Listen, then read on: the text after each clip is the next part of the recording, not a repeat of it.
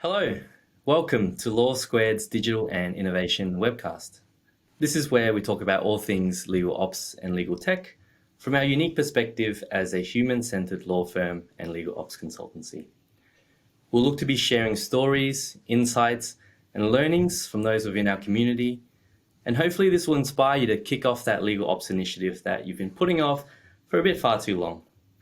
But probably more importantly, also doing it in a human-centered way. I'm your host, Truong, and today we've got an incredible guest with a very special story, Bianca Lau. Welcome. Thanks, Nam. Thanks for having me. Bianca is the head of legal at Youi Insurance, who are one of Australia's most leading and most trusted insurance companies. They've got well over 1,000 employees and are servicing more than thousands of customers. Bianca joined Youi 4 years ago, roughly, to take the reins on the legal team, and since then has grown it to a team of 9 lawyers who collectively have been named Australia's in-house team of the year. Congrats. Thank you. Thanks for joining us today, Bianca, and sharing your story. Now, Bianca has implemented a matter intake system called the Digital Drive Thru using Microsoft's Power Platform. But before we get into that, Bianca, I was hoping you could set the scene for some of our viewers and talk about what was happening at the time. What were you witnessing, and what kind of conversations were being had that led you to kick off this initiative? Thanks, Nam. So it did start, as you mentioned, 4 years ago when I was brought into Youi to build out the legal team. And very much my objective at the time was to grow a team that was really well engaged by the business. And so we started hiring some amazing lawyers, and we were quite successful. And we're actually a little bit too successful in terms of demand on legal services. So we kept asking for more lawyers because we needed to keep up with all the work that we had on our hands. And it did get to a point where it started becoming challenging to have conversations around what the legal team's doing with all their time. Is there certain types of work maybe we should stop doing rather than just hiring another lawyer? And so that kicked off what became the Legal Drive Thru. So the problem we were largely trying to solve for was showing the output and the time spent by the legal team on different tasks so we could have meaningful conversations. Yeah, wow. And could you talk us through what was the research and design and planning phase leading up to the development of the drive-thru? Yeah, so I did look around to some of the amazing platforms that are available out there, and I had a couple of problems. So the first problem was I didn't have a legal operations team, and the second problem we had was we didn't have a budget to bring in some of that amazing software. So what seemed like a disadvantage originally became actually something that was an opportunity for us in hindsight. So what we did is we looked around the business and we looked at the types of programs and software we're using. We also looked at what stakeholders might be willing to help us on our journey. I'm certainly pretty average when it comes to tech capabilities. So, but we do have some amazing techie people at Youi who were quite happy to join us on our journey and sort of had the same passion in terms of growing something. And I must admit, originally I thought maybe we'll get a spreadsheet, like a quiz spreadsheet, and I can show what the legal team work on. And it's sort of evolved from there once we started looking into the 365 platform and what we already had available and how we could use it a little bit differently. Yeah, and look, I mean, as you know, the legal tech space sometimes can get very crowded and very confusing. And I love that you picked Microsoft because it wasn't really what legal wanted and legal needed, but what the business was using and what was aligned to the business. And really breaking out of that silo of legal and business and IT and sort of all coming together. Absolutely. And I think that familiarity to the business, so I think we'll probably talk in more detail around how we've built it, but going onto Youi's intranet page and just clicking on the legal team and filling out a fairly dynamic form, for example, it's really familiar to the business, and that's really helped with implementation. Yeah. Well, before we go into the solution, I'm sure our viewers would love to see it, but Going into this initiative and after doing all of that planning, did you have an idea of what success factors you were looking for? What did success look like, and in the end, were you able to achieve that? Yes, and it evolved. Originally, it was really about capturing data and capturing the data of who the legal team is giving advice to, what they're giving advice on, and an idea of how long it's taking to do that work, so that we can get an idea of how much time are we spending on all these different things. So that was the objective. But I had a few little goals on. I say little goals; they've made a big difference. I had a few little goals on the side around, for example, how about we look at automating some of our low value work that's not really giving the lawyers a great buzz working on this stuff and is fairly low risk and repetitive. So prime example, non-disclosure agreements. And so we were lucky because also using similar, basically the same workflow that we were looking to design anyway, you can actually build in some automation into that. So we had a dynamic sort of question set, and if we identified you had something we could automate, we set up automation at the same time, which has been a game changer for us. Yeah, well, that sounds incredible, Bianca, and I know that our viewers would definitely love to see it. So I was hoping you can take us through for a quick run through of the drive-through. Yes, absolutely. I'll start with the legal intake system and what our customers internally see when they log in. So our legal intake system is based off Youi's intranet page, so it's nice and user-friendly for our clients. So all they need to do is come to the department page and click on legal, and then they've got a series of options they can select. So for example, if you want to request general legal advice, these all stem back to the mapping out that we did in terms of planning our processes and looking at the type of advice we provide. So you'll see here that we ask our clients to have a guess at what size the matter will be, and it helps us plan out resourcing. Then we've mapped out the main types of advice the legal department requested to give advice on. And then we also have another section for anything else that's sort of not BAU and repeat. So I'll just give you an example of one that we advise on. Actually, I'll give you first an example of some little time savers we've created. So I think most in-house teams will have experienced questions that come to legal that perhaps should be filtered by a different department. And a really great example for us is, say, questions around how Youi's delegation of authority operates, and that's owned by our finance team.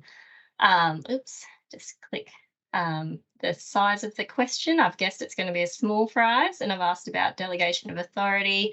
And so instead of referring the request to legal, we actually link it back to our the page that our finance team runs that explains our delegation of authority. And then, so for example, I'll just give another quick example. These are dynamic question sets that we've designed. So if you've got a question around disputes or complaints or litigation, click next. Let's say it's a customer dispute. You'll see it pre-populates questions that we need so that we can then go off and advise without the back and forth with the business. So we'll ask a bunch of questions here. Gives a spot to upload any relevant documents. If it's an ombudsman complaint, we ask for the due date, for example, which allows us to prioritise accordingly. Then I'll just go back and I'll quickly also show you some of the things we've automated. So as I mentioned previously, we've automated non-disclosure agreements, which has been a huge win for the team. And we've also automated what we deem low risk contracts. It's fairly simple. Again, we ask for an estimate if you're getting a contract review completed by legal. We ask who you're engaging with. We ask if it's a new supplier request or an existing supplier. So that will again trigger a dynamic question set. So we'll ask more information about existing suppliers. We've asked if you have requested the Youi template, which is something close to our hearts because ideally we're big enough now that we're most of the time using our own templates, which makes it a lot quicker and easier in terms of turnaround times and also consistency later down the track. We ask if you've completed a tiering assessment, as that's a step required before you come to legal. So, for example, if you say no, we'll send you off to the tiering page on our intranet page, and you can go through that process and come back to us once you're done. Assuming you've done that, we then ask some questions around the results. And this is really us taking a risk-based approach in terms of what we put through to self-service contracts, we call it. That's our automated contracts versus what we'll eyeball ourselves and draft. So you have a chance to upload any necessary documentation, fill out some questions, and if you answer all the right questions, essentially what will happen then is you go to the next page, you can enter a bunch of information, and it will pre-populate a contract for the person who's requesting the contract in the business, and it will automate an email that will go out to that person with instructions on next steps. Make sure you review the contract, review the details, make sure you're happy with it, send it off to the other side. And then we also refer to our delegation of authority around signing when it's returned, and also where to save it on our contracts register. So it's very hands-off for legal if it is qualified for self-service. We also automatically have a copy saved onto our own legal page that only the legal team manage, and that's where we can go in and make any amendments that the business might require after they've reviewed. We can also do some spot checks and audits to make sure everything's working as intended. So that's our intake system. And how would you track the work that your team are doing or that they're assigned to? That's a great question. So this is the next stage of what we've done when we built out the drive-throughs. So we use what we call Power Apps. It goes by a few different names. It's part of the Microsoft 365 suite. And so this is the legal team's app. So everyone in the legal team has access to this app, and it's really quite user-friendly. We have the ability to go into different sections. So, for example, if I want to get a quick list of every contract we're working on, I can click on the contracts button. It will show everything that's open. You can also search for things that have been closed. You can search by who's been assigned the matter. So, say, for example, someone's away, you can do a quick search for their name and see what's outstanding that's open with them and whether or not someone else needs to take over while they're away. Which is quite handy. And we've also just recently upgraded our system. So now we have the ability to filter, for example, by what's sitting with the business for further instructions and what's sitting with our counterparties. So it gives us a really good oversight in terms of what's sitting with legal and what's sitting out there elsewhere, which has been great. For particular people who might be working on a file, you can quickly open up. This is the sort of general bucket for our app. And you can search by pending, but you can also search by completed matters. So say, for example, you want to look at everything you've worked on for the last 3 months. You can also search by that. And it's really great for the team because we can actually come here and filter by name. So you can have everything that's sitting with you that's open with your name there. So if you're catching up with your manager, for example, you've already got your list of everything that you've got open. And it also lets you track, for example, how old it is, so that you can figure out if it's something you sort of want to push out or potentially close. So it's been great. It really allows the team to manage their workloads and get a good visual. So this is the tool that's largely used by all the lawyers in the team. I have a slightly different tool that I use in terms of managing overall workloads and resourcing. That's lovely. And I guess it's a great way for the team to just have that digital to-do list of all of the matters that they're working on. Absolutely. Yeah, and I mean, I love that, you've really taken the perspective of your client, of the user, to heart when designing that workflow. And for the viewers who don't know, the U in Youi actually stands for the customer, right? So it's really aligned with this notion of human-centered design, or as we like to call it, human-centered legal operations, and really putting the end user first before the actual needs of perhaps the legal team or the business, because that will eventually drive that alignment. And Bianca, it might be a bit obvious already, but what was the response from your business partners, your clients, and the team themselves? Yeah, so we did have a bit of fun with it. As sort of the legal team, we take the law seriously, but not ourselves too seriously. And it's sort of the catchphrase at Youi as well, that we sort of take insurance very seriously, but we don't take ourselves seriously. And we do try to replicate the culture and the values. So we did name it the Drive Thru, and we did sort of a lot of catchy kind of McDonald's references, and we did a really big launch and got everyone really excited and invested, but we really sold the benefits to the business when we sent it out. It wasn't so much this is a system you must use, although we did get everyone using it, but really sold the benefits around this takes out all the guesswork of instructing legal. And so we sent out mass comms. We offered to do training sessions with the teams or just quick demos, but it's so intuitively built. No one's really had a lot of questions around, I don't know how to fill this thing in. The one thing we do ask that occasionally causes pause is we ask for the business when they're sending a request to guess the approximate sizing of what their request is, which helps us with resourcing and pipeline planning.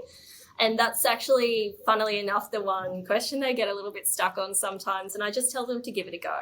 And I give feedback because we monitor the difference between what our lawyers ultimately sign the task out as versus what the expectation was of the business. And we can give feedback around that type of request actually takes us a day, not half an hour, for example. It's a Big Mac, not a small fries. Yeah. And I love how, the design of it, and the launch of it really is a reflection of the culture of the company and the culture of the team as well. And really getting that cultural alignment and that strategic alignment in terms of, why are we doing this initiative? It's not just for legal. There's benefits to the broader business, to your business unit. It really has helped everyone get on side. Absolutely. And it's really been well received because it's easy to use. And we also have little triggers. For example, if you put a request in, once it's assigned to a lawyer within our own legal team app, there's automatically a notification saying, oh, hey, Zoe's working on your matter today.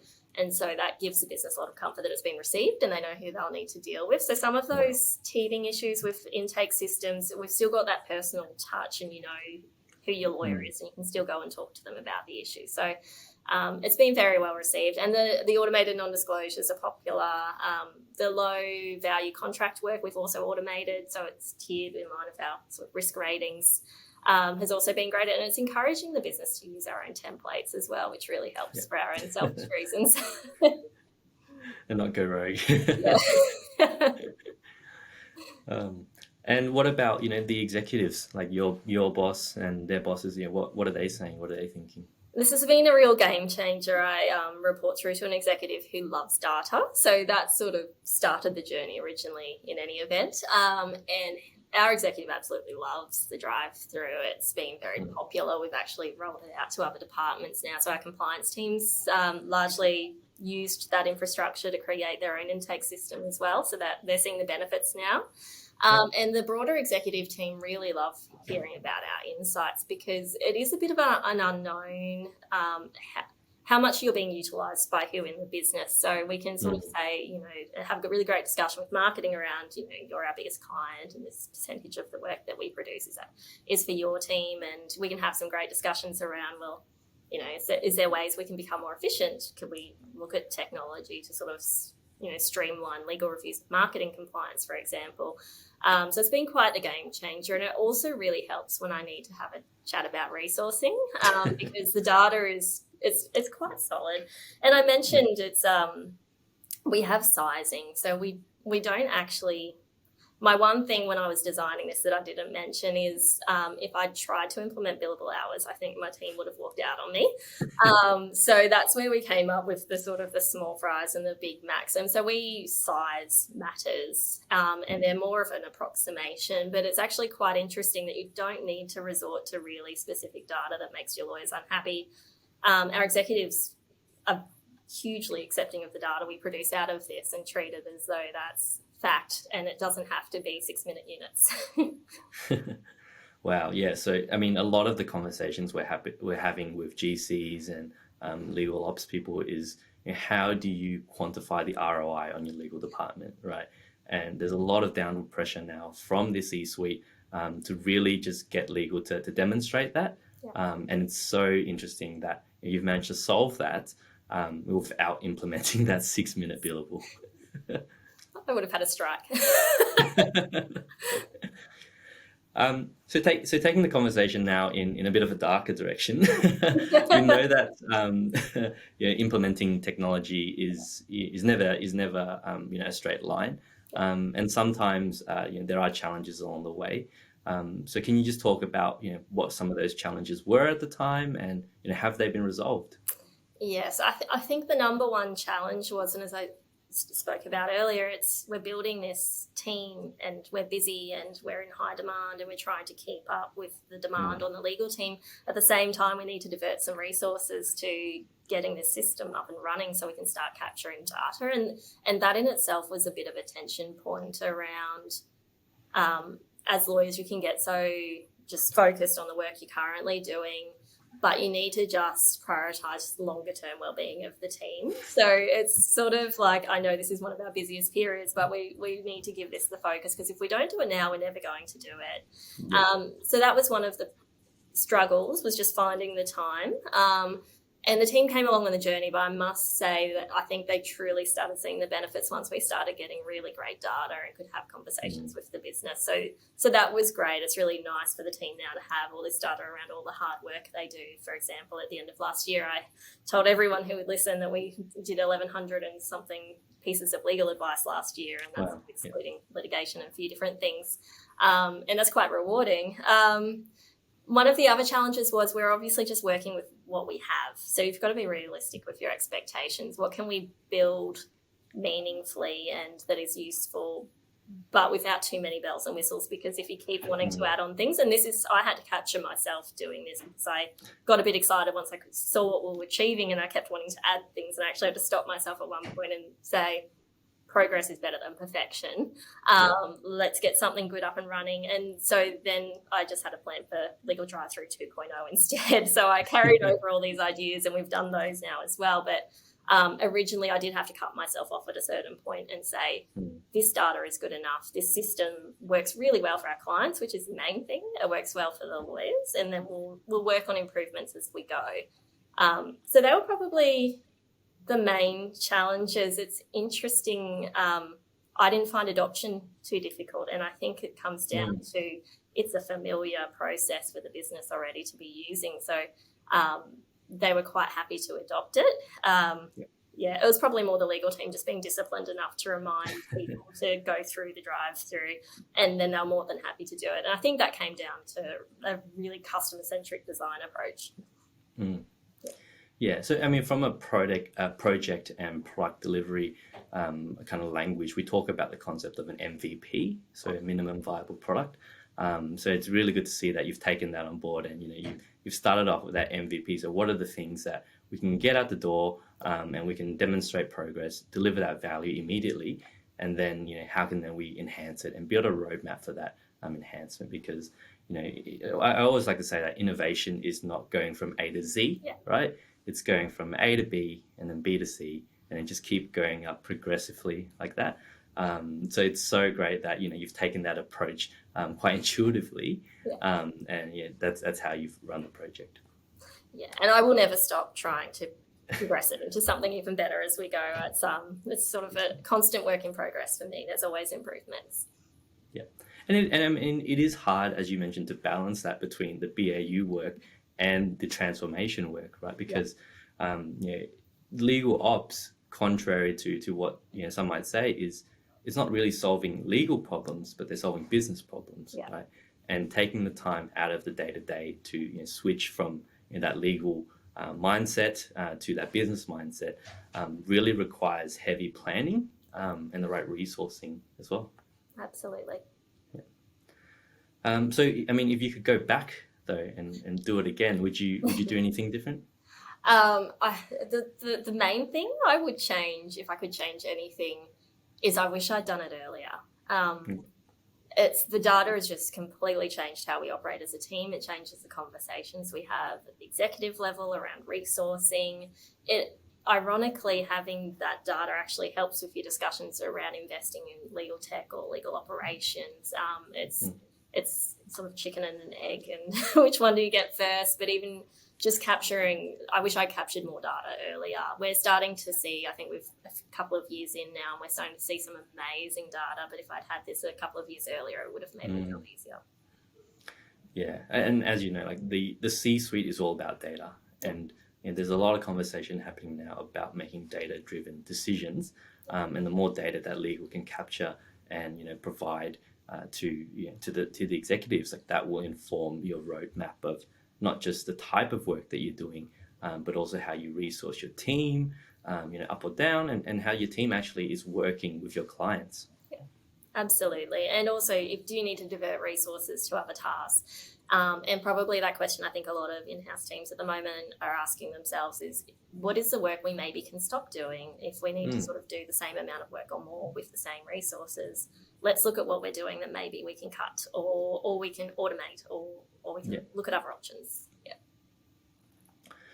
The other thing that was on my mind, Bianca, is that as you know, it is a time investment, and sometimes there's also a financial investment in terms of purchasing a new platform. In your case, it wasn't, but that is a conversation that we have to have with the executives in the C-suite, or maybe the CEO or the CFO. What advice would you give for your colleagues who are struggling to get that investment? It is a tricky one, and the reality is it technically didn't cost anything, but I did take resources from the business, mostly by bribery and favour. But there was a lot of work involved in building something. I think if you're having trouble getting sort of, particularly a budget, because there are some amazing platforms out there, but it can be quite a hard business case to make, but it's actually more problematic to make the business case when you don't have the data you need that would help you make the business case, if that makes sense. So I'd even suggest, I'm not a tech person, but what I've discovered through part of this process is there's actually things you could do yourself within your own team that help you start capturing some data. So the SharePoint forms, for example, there's a lot of things you could do where you're capturing that little bit of data to start with and then use that to get your momentum, because then you actually as long as you're showing, what the legal team's working on, how much time they're spending it on, and then sort of grow it from there. It is tricky. I'm not going to pretend it's an easy solution. The other thing I'd say is look around. So if you've just negotiated a really great contract and got it across the line for your IT team, that is the perfect time to then turn around and ask for a favour. So it certainly helps to have the right people on board and figure out who your stakeholders are that might help you. Well, this notion of favours is really interesting because there's a lot of conversations about how do GCs get into the boardroom, right? Or how do they elevate their level of influence in the organisation? And I'm a big believer that comes with just working with the other business partners and doing these type of strategic processes and projects where it might be a favour from that they're providing to you, but then they come around and ask you for a favour down the line, and that really elevates your level of influence and really breaks down those silos across the organisation from legal to business. Completely. And we did have some fortuitous timing around. We had people in the business who were keen to start playing around with sort of like what Power Apps can do. And it actually ended up being a bit of a pilot, and we've consistently used that architecture for a bunch of different purposes at Youi. So whilst they're doing me a favour, they certainly got a lot out of it themselves. So it's been quite good. It's really strengthened the relationship as well. And I guess speaking from an external perspective as well, Bianca, I spoke about how Youi won the in-house team of the year award last year. Has this project been helpful in, I guess, shaping the external perspective of the team, helping you attract talent, and building out your influence and your exposure to the legal ops community? That's a great question. And it is, I think we are starting to be seen as a bit more of a sort of the little team that could, in terms of sort of punching above our weight technology-wise for our size. So that's been really helpful. But there's also some great communities out there, and I actually have benefited myself from what other people in the in-house community are sharing with each other in terms of what they're doing with tech. And there's some amazing things happening, and even just legal teams themselves designing amazing stuff, which I'm in awe about. I have to bribe IT, but some people have the capability to do it themselves. So that's been great. And so one of my passions now is sharing sort of what we've done with other teams and hoping to inspire people to start doing the same. I must admit, it wasn't that long ago where I wouldn't have had anything to say to people. We weren't really capturing this amazing data, and I think that was me not long ago. And if you're sort of in that position where you're not capturing a lot of data around your legal team's value and output, it's an absolute game changer. So it's certainly something worth prioritising. And if you don't sort of make the effort now, it gets put down the track, and it takes the sooner you do it, the sooner you'll see the benefits. Yeah.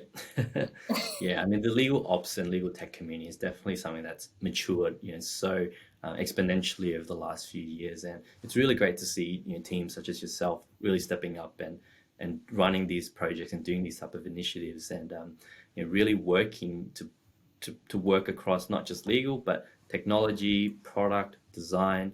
I'm very excited personally to see where this industry goes in a few years. And my hope personally is just to see more, connection between legal and design and technology. And I think we're definitely heading in the right direction. Absolutely. My eyes have been open to this whole new world that I must admit I didn't really know was out there when I started at Youi, and I'm really grateful for everything that everyone's done to help. Yeah. Well, if there's one piece of advice you can give to someone, one key takeaway, who's looking to start this type of project, or who's just joined maybe as an incoming GC, what would it be?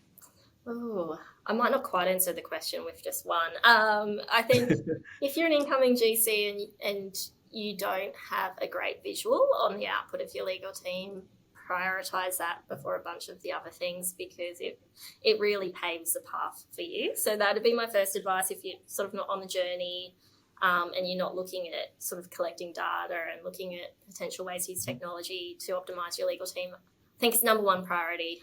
Definitely do it yesterday. In terms of if you're looking at starting the journey, if you're like me and you didn't have sort of the budget or a legal ops team, it doesn't mean you can't do amazing things. It really doesn't. And it's about looking around and leveraging what your organisation already has. For us, 365 was a really obvious solution.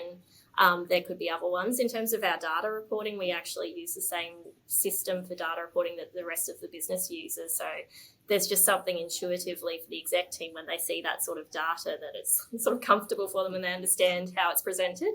But yeah, and probably the other thing I said is I wish I'd started earlier, but if you haven't started yet, get onto it. Yeah. Well, Bianca, it's been so great to have you on the show today. Thank you so much for sharing the incredible achievement for not just Youi, but your team as well and your clients. You should be very proud. Thank you. I hope today's session has been energizing and inspiring. And for our viewers, if you're looking to kick off your next legal ops initiative, hopefully take some inspiration from Bianca and her journey.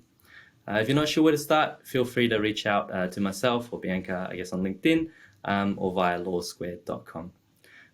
We welcome any and all questions you might have for today's session in the chat. Bianca and I will collate these and put them into an FAQ so that we can share that with you and the wider community. Looking forward to sharing more of these stories. Thank you for joining the conversation. Goodbye.